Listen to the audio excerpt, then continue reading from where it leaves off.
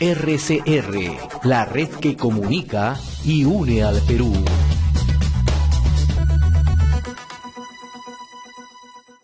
A esta hora vamos a establecer comunicación con el congresista Juan Carlos del Águila, de la bancada de Fuerza Popular, representante por Loreto. Le agradecemos como siempre la amabilidad, la cortesía que tiene con RCR, Red de Comunicación Regional. ¿Cómo está, José? ¿Qué tal? Bien, ampliemos un poco, porque por esta vorágine política de los últimos días no hemos podido conversar más en detalle sobre un proyecto que usted presentó, ¿no? Sobre un proyecto de ley de inversión y desarrollo para el departamento de Loreto y que tiene que ver con la eliminación de beneficios tributarios, ¿no? Nos gustaría conocer cuáles son los beneficios que traería este proyecto y de qué manera esto compensa a la eliminación, ¿no?, de los beneficios tributarios, ¿no? Bueno, efectivamente, en vista de que el gobierno del presidente Vizcarra ha tomado la decisión de ir retirando de manera progresiva exoneraciones tributarias en la Amazonía, me he visto en la necesidad de presentar un proyecto, primero con algunas características que luego en la negociación que hemos tenido con el gobierno, tanto con el Premier como con el Ministro de Economía, hemos ido variando algunos de los puntos del proyecto de ley como corresponde también, para finalmente llegar a puntos de consenso en donde además tenemos el acuerdo ya de algunas bancadas para que se vote en ese sentido. Creo que es un resultado bastante prometedor para Loreto, porque en líneas generales lo que hace es compensar el retiro de dos beneficios tributarios, el reintegro tributario del IGB y el IGB a las importaciones, la exoneración del IGB a las importaciones.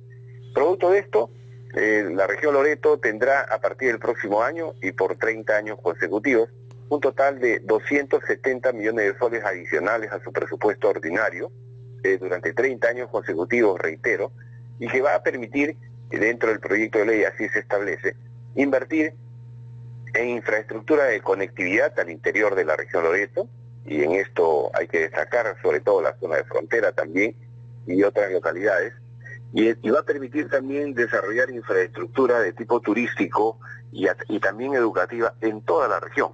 Y estamos hablando, José, de un monto de 270 millones los 10 primeros años anualmente, y luego de 356 millones a partir del año 11 hasta el año 30. Es decir, son cerca de 10.000 millones de soles que van a llegar a la región Loreto en los próximos 30 años, pero que sin embargo, producto de algún tipo de negociación y de endeudamiento que se puede tener con el Ministerio de Economía o con algún organismo vinculado, se pueden adelantar estos montos, y eso ya se conversó incluso con el Ministro de Economía, a menos años de los 30, de tal manera que mediante algún sistema de financiamiento, el próximo gobierno regional va a disponer de recursos realmente muy importantes, yo diría extraordinarios, para la ejecución de proyectos fundamentalmente contenidos en la ley y que, reitero, deben ser aprobados en el pleno de la próxima semana. Ahora, visto estos antecedentes que usted nos explica, ¿no? ¿Cuál es el elemento central a destacar aquí, congresista, ¿no? Porque hay opiniones, ¿no?, que insisten en que se deberían mantener los beneficios ya, pero en función a que existe de parte del gobierno la decisión o el objetivo de dejarlo sin efecto, se crea este proyecto, ¿no? Ahora, en perspectiva, ¿qué es lo que traería este proyecto y de qué manera se tendría que darle, en la posibilidad que se apruebe, una utilización real hacia Loreto? ¿Cómo garantizar que estos desembolsos que se van a hacer a futuro, estos montos compensatorios, sirvan para el desarrollo real? Bueno, en principio, casi todas las bancadas del Congreso, a excepción de la nuestra, estuvieron de acuerdo en eliminar el reintegro tributario, por ejemplo, a partir de enero del próximo año. Yo había planteado en mi proyecto inicial 3 años de prórroga de este beneficio tributario para la región Loreto y luego su eliminación definitiva. ¿Y por qué 3 años? Porque considero de que durante esos 3 años el gobierno nacional puede disponer de los recursos necesarios para poder ir iniciando la ejecución de algunos proyectos que luego van a ser sustituidos precisamente con esta compensación que se ha planteado. Sin embargo, no solamente el gobierno de turno, sino la gran mayoría de bancadas en el Congreso, las que hoy hacen ya mayoría juntas, tenía la decisión de eliminarlas definitivamente a partir del 1 de enero. Visto esta situación, entonces lo que hemos hecho es replantear nuestra propuesta y nuestro proyecto de ley para que, en vista que esto debe terminarse a partir del 1 de enero en realidad, del año 2019, entonces planteamos nosotros una compensación mayor a la que inicialmente se había establecido. Y eso es lo que permite, en todo caso, que un gran flujo de inversión llegue a la región Loreto en los próximos años y permita la ejecución de proyectos, yo diría de megaproyectos regionales, porque estamos hablando de 10.000 millones de soles, es decir, de 3.000 millones de dólares aproximadamente, una suma extraordinaria en un flujo de inversión nunca antes visto en esta región Loreto. ¿Qué nos garantiza el buen uso de estos recursos? Es una buena pregunta que en todo caso corresponderá a la instancia regional respectiva y a los órganos de control. Nosotros le damos el instrumento al gobierno de la región para que pueda invertir recursos. Que los haga bien, eso va a depender mucho de la gestión del próximo gobernador regional, y ahí estaremos atentos, tanto desde el Congreso de la República, la fiscalización, como también otros organismos de control, como la Contraloría y el propio periodismo local, la ciudadanía. Pero confiamos en que la nueva administración regional utilice bien los recursos, se gaste bien el dinero público en estos proyectos contenidos dentro de la misma ley de su nación.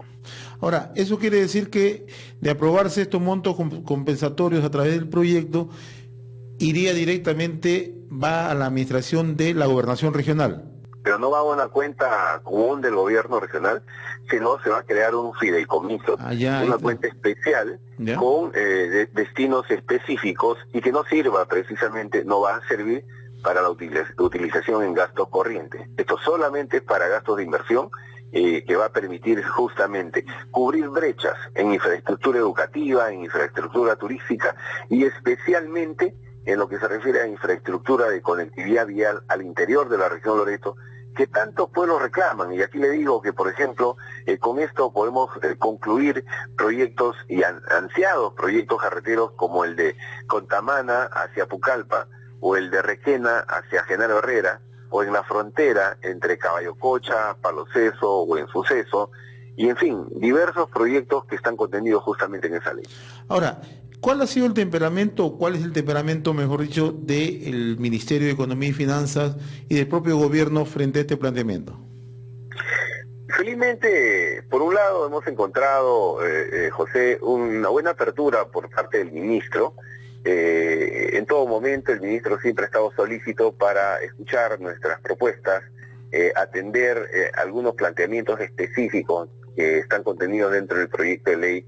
Aquí hemos tenido que llegar a una negociación política. Primero fue un acuerdo técnico con el Ministerio de Economía, estableciendo plazos, montos, ¿no?, y algunas características propias del proyecto.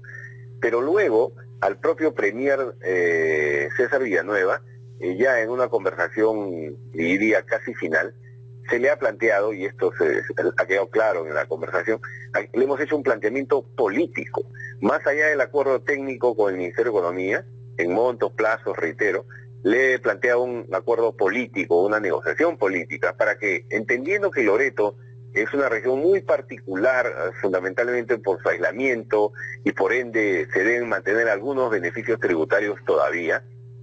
Entonces, hemos llegado a un acuerdo con el Premier, a su vez con el Ministro de Economía, y finalmente el texto consensuado que va a ser presentado a la hora de su discusión en el Pleno refleja la apertura, digamos, la comprensión de la realidad amazónica por parte del gobierno del presidente Vizcarra, expresado en la decisión de su Premier y su Ministro de Economía. Bien, vamos a estar atentos cuando se vea justamente en el Pleno este proyecto. Permítame tocarle otro tema de coyuntura, de actualidad, ¿no? El último sábado, el presidente del Consejo de Ministros, César Villanueva, cursó un documento a los representantes de las comunidades en la zona de Chapís, ¿no?, para establecer un diálogo para los días 22 y 23 de enero del próximo año, ¿no? Ayer ha sido rechazado de manera tácita esta posibilidad de conversación, ¿no? Y le pongo como antecedente esto, ¿por qué? Porque estamos frente a una serie de hechos de violencia que se están registrando ya de manera permanente, ¿no? El sabotaje en el kilómetro 193 en Morona, el intento de la toma de la estación 5 de Petroperú, ¿no? Y anteriormente hemos visto hechos similares, ¿no? Se habla incluso de pérdidas que van desde noviembre hasta la fecha que superan los 30 millones de soles, ¿no? Y esto afecta directamente a la economía de Loreto porque no percibe canon ni mucho menos regalías, ¿no? ¿Qué es lo que está ocurriendo? Y es más, el domingo, en medio de toda esta, medio de referéndum y todo, nos enteramos que se suspendieron el referéndum en Morona y Manseriche, ¿no? ¿Qué es lo que está ocurriendo? ¿Se ha perdido el principio de autoridad? ¿Qué vacío tenemos ahí en el país? Mire, José, estas son las contradicciones que se observan en el gobierno del presidente Vizcarra. Por un lado se muestra hasta autoritario, diría yo, con mucha firmeza, ¿no? Con cierta arrogancia a la hora de hablar de ciertos temas de coyuntura en el país. Pero sin embargo, cuando él no se da cuenta de que, producto de la situación interna en el país, la economía se está viendo afectada. Y la economía se ve afectada por hechos como el que están sucediendo precisamente en los distritos de Morona y Manseriche, en donde algunas comunidades, la comunidad Chapi en particular, toma decisiones de quebrantar el ordenamiento jurídico y legal en el país, rechazar lo que es el principio de autoridad y toman decisiones a espaldas de lo que la propia población de Loreto en general quiere, ¿no? Nosotros como loretanos y como peruanos en general, lo que queremos es generar condiciones para que la inversión fluya en nuestra región. Somos una región con una riqueza importante en reservas petroleras y sin embargo nos disparamos a los propios pies, porque algunas comunidades, es cierto, con algunas demandas que no han sido satisfechas, sobre todo vinculadas a temas de saneamiento básico, a atenciones de salud y de educación, que el Estado en su conjunto y fundamentalmente el Poder Ejecutivo debieran atender. Eso sí es cierto, pero lo que no es cierto, o en todo caso no se puede permitir, es el abuso que mediante la fuerza un grupo de dirigentes indígenas pretende quebrantar el principio de autoridad, y este es aceptado incluso por el gobierno del señor Vizcarra, haciendo valer su mayoría. Digamos, se juntan ahí un grupo importante de indígenas y exigen resultados concretos e inmediatos de su protesta. Creo que se ha planteado un nivel de diálogo inicialmente que ha sido rechazado. El propio Premier ha enviado una comunicación para una reunión entre el 20 y el 22 en San Lorenzo, en la capital de la provincia del Latén, y sin embargo ellos continúan tercos en esta voluntad de permitir incluso que el derramamiento de petróleo producto de la rotura del oleoducto continúe, y después se va a hablar de que del gran daño que realiza el petróleo en la Amazonía, y para eso algunas ONG son expertas en el tema, ¿no? Entonces, y hablan de eso, entre comillas, del gran daño que hay en la Amazonía. Y el gran daño se da precisamente por la mano humana, porque un grupo de irresponsables, indígenas, dirigentes indígenas, ni siquiera el pueblo, ¿no? Ni siquiera el pueblo indígena, toman decisiones que son decisiones delincuenciales, responde a esto realmente, para exigir a veces reclamos que están fuera de la ley, como por ejemplo desconocer el resultado electoral en la provincia o en el distrito de Morona. Estas cosas que no pueden permitirse suceden a vista y paciencia de este gobierno, y no hay forma de solucionar hasta el día de hoy un reclamo que ya viene de hace tiempo y que se ha vuelto a agudizar desde hace algunas semanas. Ahora, ¿y qué tanto efecto puede tener esto en que los inversionistas retraigan sus pretensiones de explorar, ¿no? Porque naturalmente en un clima social convulsionado nadie va a querer invertir, ¿no? O sea, las futuras exploraciones corren riesgo, ¿no?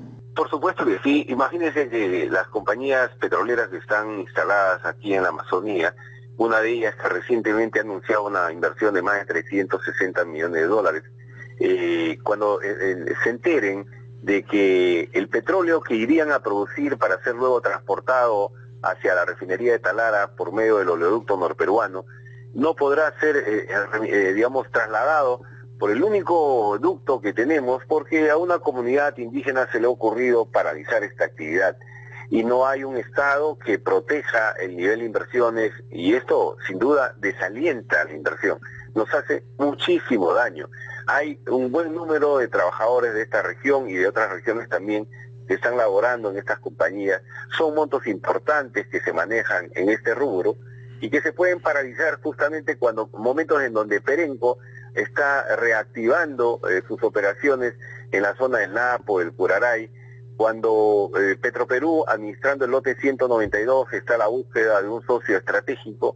Estos mensajes negativos realmente le hacen mucho daño a la economía nacional y dejan traslucir la debilidad del gobierno del presidente Vizcarra. Finalmente, una pregunta final, congresista. Hoy el diario La Región de Loreto informa que la semana pasada la Comisión de Pueblos Andinos derogó un decreto legislativo, el 1429, referido al Instituto de Investigación Amazónica, ¿no? Al IAP, ¿no? Porque se pretende reemplazar por un consejo directivo centralista, ¿no? ¿Cuál es su opinión, no? Porque si hay una de las pocas instituciones que, salvo nos equivoquemos, ha ido funcionando y que tiene un buen nivel, no solamente académico, sino profesional, prestigiado, ese es el IAP, ¿no? Entonces, ¿qué es lo que se pretende con estas modificaciones? Mire, José, el Parlamento, en su oportunidad, le ha dado facultades extraordinarias al gobierno del presidente Vizcarra para que legisle en diversas materias. Y sin embargo, dentro del paquete de medidas legislativas planteadas por el Poder Ejecutivo, vino uno que justamente reemplaza el statu quo de una institución de prestigio en la Amazonía como es el IAP, el Instituto de Investigaciones de la Amazonía. Una institución muy bien llevada, con un consejo de gobierno y un directorio que representa, digamos, a diversas instituciones de la Amazonía, y que tenía dentro de su plantilla a científicos, a investigadores, a profesionales de alto nivel. Y de la noche a la mañana, con este decreto legislativo, cambian la dirección de esta institución, efectivamente con un corte centralista, en donde la gran mayoría de miembros del directorio proviene de ministerios, caso del Ministerio del Ambiente y otros más, lo cual denota un absoluto afán de centralizar la dirección de esta institución, alejándola de lo que es el enfoque amazónico que lo ha venido llevando con mucho éxito, porque el IAP es un referente de investigación científica, no solamente en el Perú, sino a nivel internacional. Entonces nos preocupa sobremanera. Ha habido una coincidencia en la Comisión de Pueblos de derogar ese decreto legislativo. Ahora tenemos que trabajar en una propuesta sustitutoria, porque tampoco se puede dejar sin directorio al IAP. Ya veremos esto a la hora de su discusión en el Pleno. Esto no puede pasar frente a los ojos y oídos de todos los pueblos amazónicos. Yo le agradezco, como siempre, la amabilidad, congresista Juan Carlos del Águila. Que tenga buen día. Un fuerte abrazo. Muy amable. Muchas gracias a ustedes. Gracias. RCR, la red que comunica y une al Perú.